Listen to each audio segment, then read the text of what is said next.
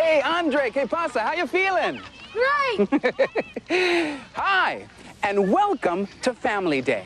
One day each year, all of the families in the neighborhood get together for a big bash, and it's always a sensational day. My family used to picnic a lot right here in this park. In fact, right over there was our spot. Let's see. There was my mom, my sisters, Letitia and Valencia, aunts, uncles, and cousins. Lots of cousins. The only person missing was my dad. Because you see, when I was about 8 years old, my father and mother separated. My dad moved out of the house, and my sisters and I stayed with my mom. That changed our family and our lives in lots of ways. My dad just wasn't around much anymore, and, well, I had a pretty tough time understanding why. Sometimes, I thought I was the only kid on the planet with just one parent at home. Well, I was wrong. There are lots of kids that don't have a dad at home, like the girl in this story. Always my dad. Always My Dad by Sharon Dennis Wyeth. Illustrated by Raoul Colon. Read by B.J. Crosby. Sometimes the person I want to see more than anyone in the world is my dad. But I only see my dad once in a while. Daddy moves around, so his address keeps changing. His job keeps changing, too. A long time ago, he flew planes for the Air Force. And after that, he worked in an office. Once his job was painting houses, and then he fixed televisions. I'm not sure what he does now. One day last summer, Mom took me and my brothers to stay with my dad's parents who lived on a farm. After Mom left, I looked everywhere. In the barn, I saw Grandpa milking Brownie. When I opened the door to the hen house, 2 big hens flew out. Who I was really hoping to see was my dad, but Daddy wasn't there.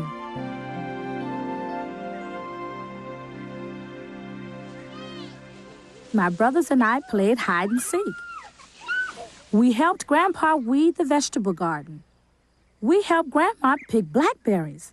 And when the evening came, we listened to the crickets while we ate blackberry cobbler and ice cream. So peaceful, Grandma would say. Just look at that sky. Sometimes there was a moon with no stars. Sometimes there was a moon and stars together. One special night, there was a light on the path. Looks like we got a visitor, said Grandpa. Even in the dark, I could tell who it was. Daddy, Daddy, my brothers began shouting and running. But suddenly I got shy. Hi, Daddy, I said, walking up to him real slow.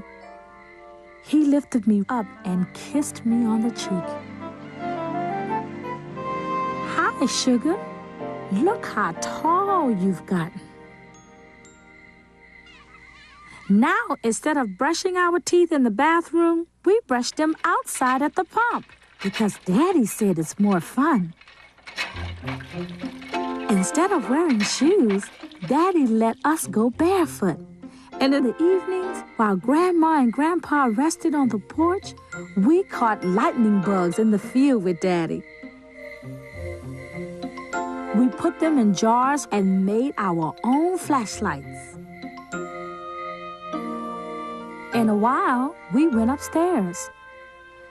What's that? I whispered, seeing a strange shape on my window. Just some candle flies. They like the light, said Daddy, tucking me in. But then they fly away. He tapped the pane, and they disappeared. One morning, Daddy took us to the general store.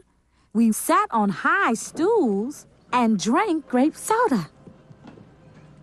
Tomorrow I'm leaving, Dad told us. How come? I asked him, trying not to cry. Well, I've been having a problem getting my life together, Daddy said quietly.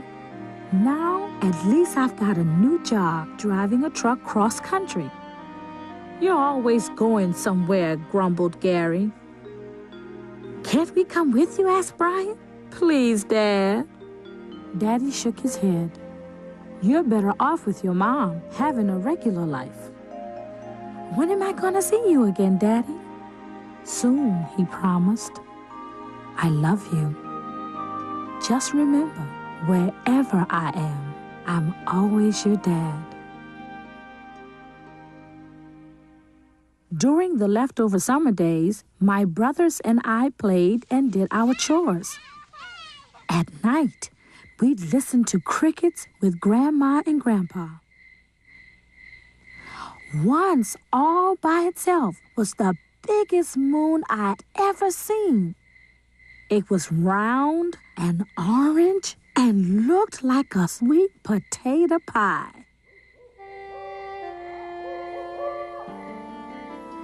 I don't dream much, but every once in a while I do, and it's always the same.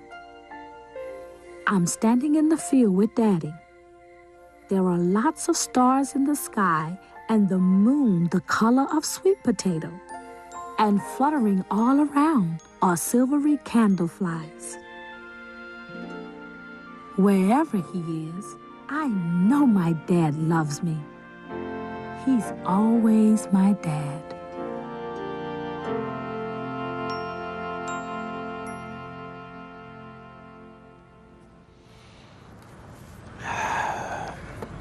My mom had to be both mom and dad for my sisters and me. She helped us with our homework, fixed our bikes and our roller skates. She taught us how to cook and sew. Mom did just about everything. And for me, well, it worked most of the time. But once in a while, it didn't. Like when my Boy Scout troop, Troop 416, announced its father and son camp out. Well, my dad wasn't around. What was I gonna do? So I talked to my mom, and she invited our friend, Mr. Bruce, to take me. Well, he agreed, and I was all set. Well, the day finally arrived, and when he came to pick me up, Mr. Bruce had in the car with him his own son, Doug. I was crushed. I mean, I understood that he wanted to spend that time with his own son, but I wanted my own dad. That was real tough for me.